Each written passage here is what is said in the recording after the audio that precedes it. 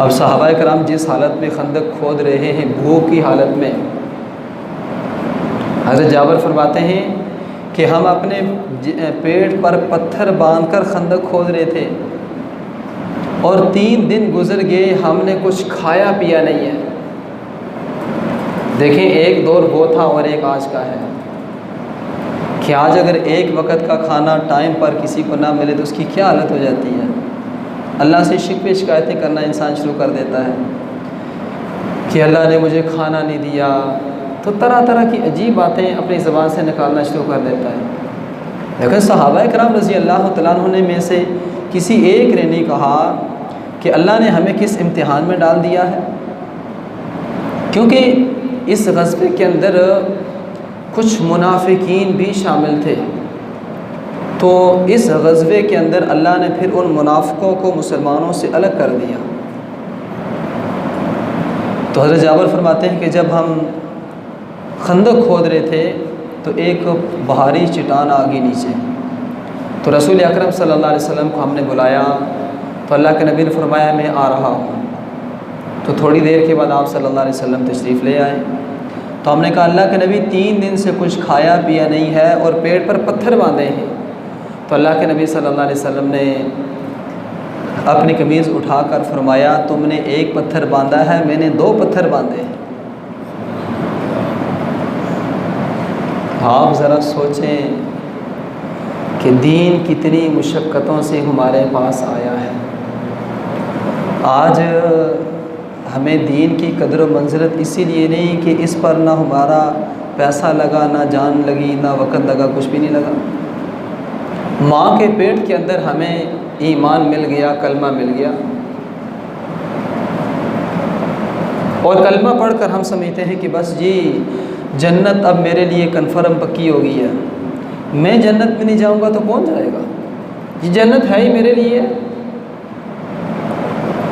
ہم اس طرح دعویٰ کر رہے ہوتے ہیں گویا کہ ہمیں وہ جنت خواب کے اندر دکھا دی ہو یا اس کا ٹکٹ ہمیں مل گیا ہو۔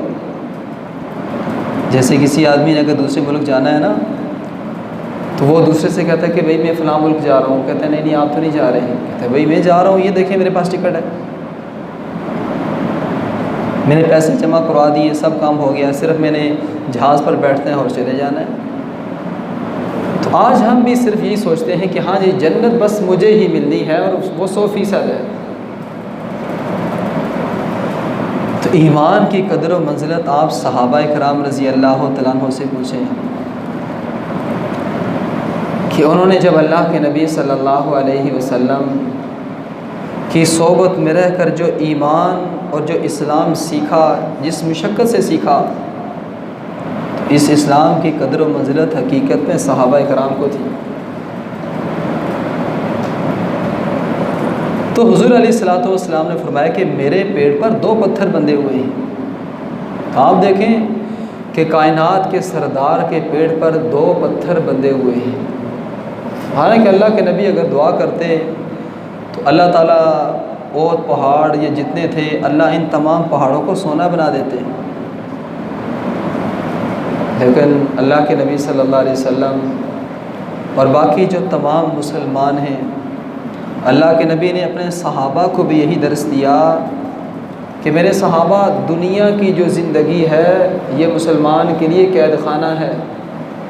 الدنیا سجن المؤمن و جنت الکافر، کہ مسلمان کے لیے دنیا کی جو زندگی ہے وہ قید خانہ ہے، کہ جیسے قید خانے کے اندر ایک قیدی اپنی مرضی سے کوئی کام نہیں کر سکتا، وہ تمام کام جو اس کے دل کے اندر آ رہے ہیں، جو کرنا بھی چاہتا ہے لیکن کر نہیں سکتا، تو ایسے ہی مسلمان اسلام کا جو دائرہ ہے، اسلام کا جو قلعہ ہے، اس کے اندر یہ بند ہے،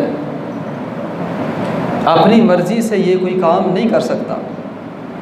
آج بعض غیر مسلم اعتراض کرتے ہیں جی دیکھیں کہ مسلمان جو اپنی لائف سٹائل ہے اسے صحیح طریقے سے نہیں گزارتا، یہ تو آزاد ہے بھائی، اس کا جسم اس کی مرضی جیسے مرضی کرے، اس کو کس نے پوچھنا ہے۔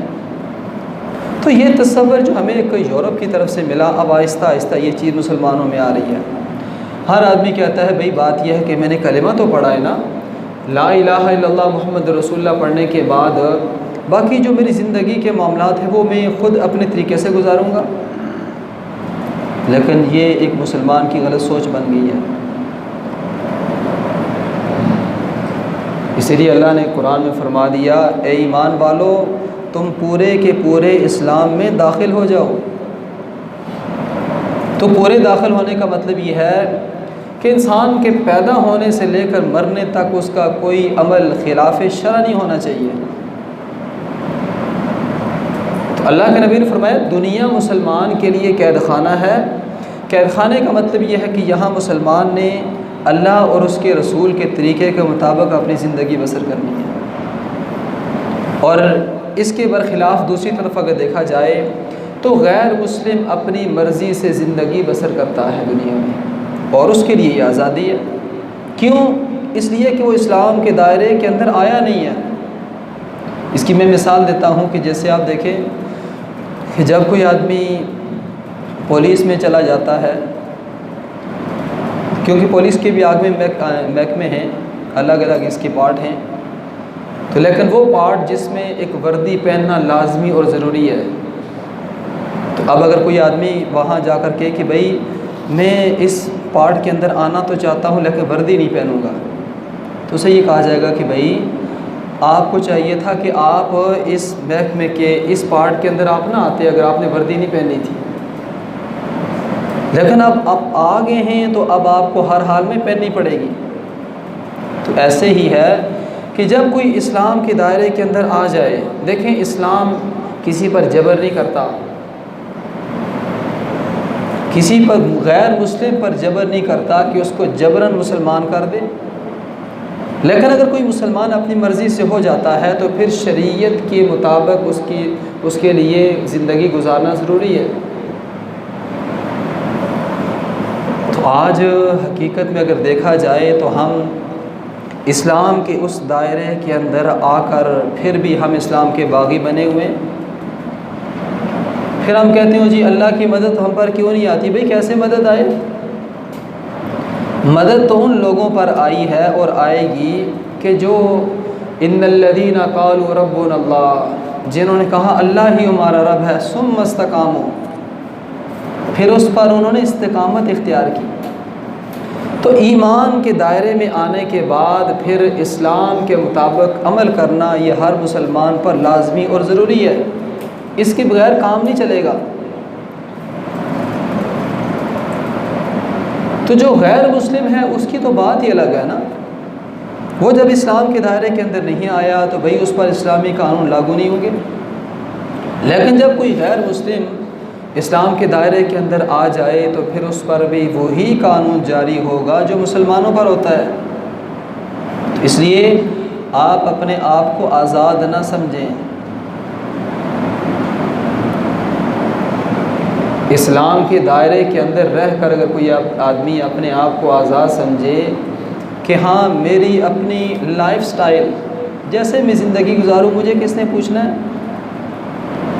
بھئی نہیں، اسلامی تعلیمات کے مطابق اب اس آدمی کے لیے زندگی گزارنا ضروری ہے. اگر اسلام کے دائرے کے اندر آ کر بھی یہ بندہ باغی بن رہا ہے تو پھر قیامت والے دن اس سے پوچھا جائے گا. یہاں لائف سٹائل گزار کر تو چلا جائے گا لیکن آخرت کی جو پکڑ ہے اس سے بچ نہیں سکے گا. تو رسول اکرم صلی اللہ علیہ وسلم نے اپنے صحابہ کی وہ تربیت کی کہ ایسا مربی، ایسا تربیت یافتہ معلم نہ دنیا کے اندر آیا اور نہ کبھی دوبارہ آئے گا. آپ دیکھیں کہ وہ عرب کے بگڑے ہوئے لوگ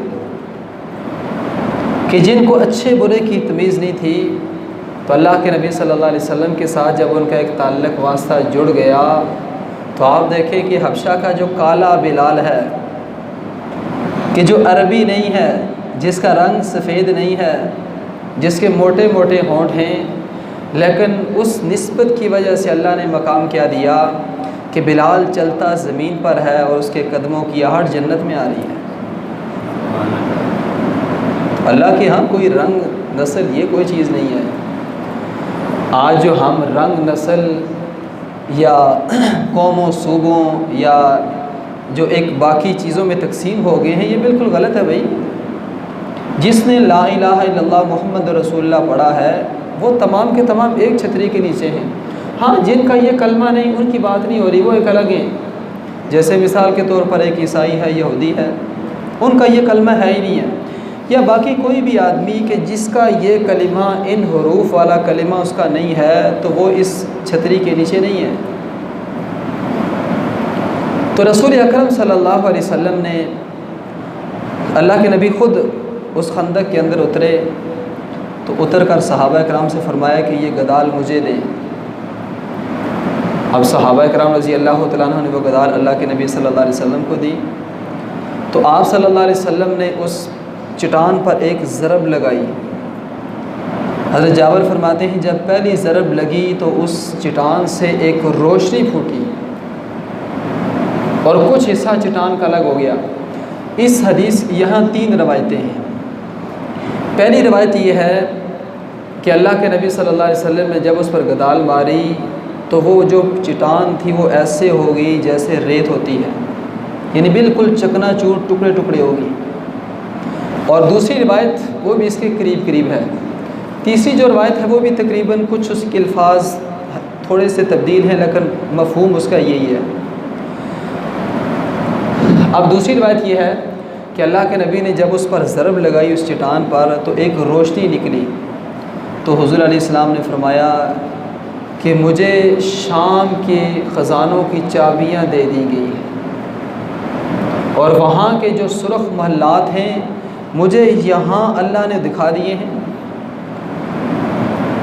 اب جب دوسری ضرب لگائی تو فرمایا کہ مجھے یمن کی چابیاں مجھے دے دی گئی ہیں، اور وہاں کے جو سفید محلات ہیں وہ مجھے دکھائی دیے ہیں۔